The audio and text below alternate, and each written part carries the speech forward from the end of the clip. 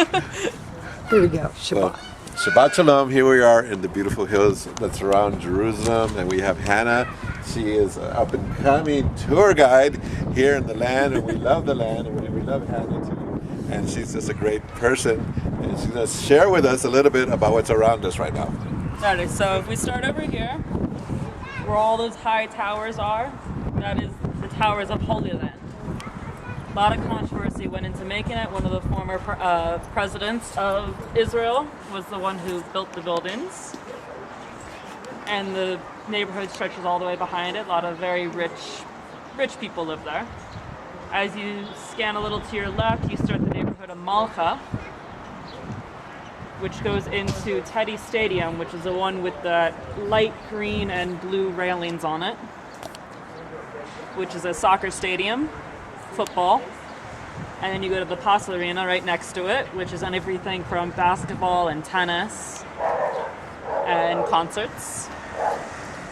And then you start the hills of Gilo, which is the highest point in the Jerusalem hills.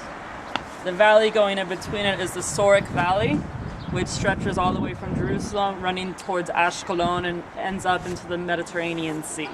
It's the biggest valley leaving Jerusalem, covers about 80% of the Jerusalem hills. And what's that wall right over this direction? The dividing wall. There's a dividing wall separating some Arab villages and Jewish land, just for safety and. And what's on the other side of that wall there? Everything on the other side of these hills is considered what you would call the West Bank or Judea and Samaria. Okay.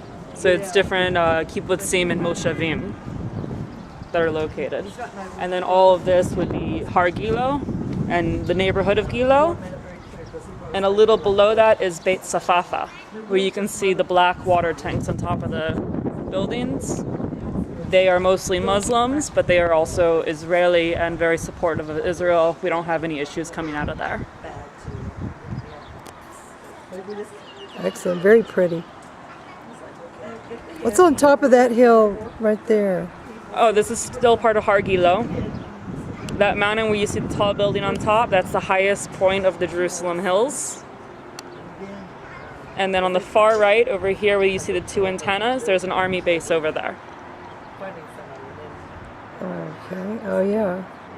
Little small military outpost, mostly used for armies that are doing trips around here in Jerusalem, and for them to have their education days, they go sleep there. And there's also the border patrol that has a base on top of that hill. Okay, and so the Colosseum, what are some of the events that take place there?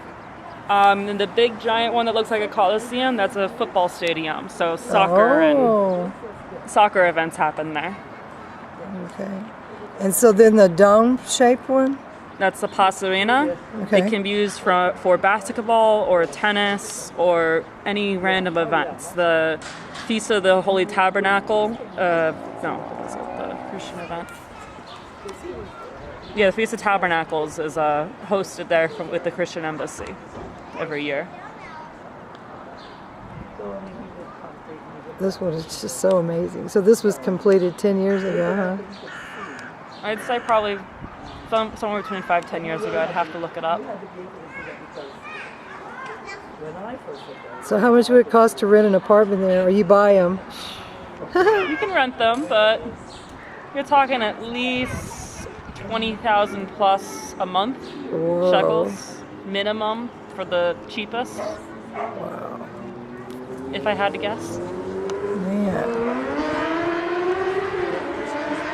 But they sell in the millions.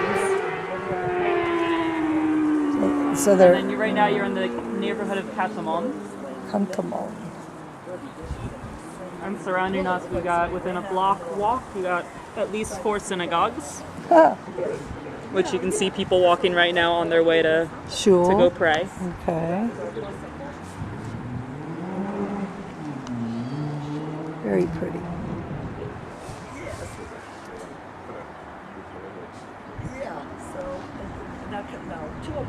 And then to your far right, if you just walk straight that way about 5 minutes, you hit Gazelle Park, which you can actually see gazelles in the national park over there. And that's where we're going right now.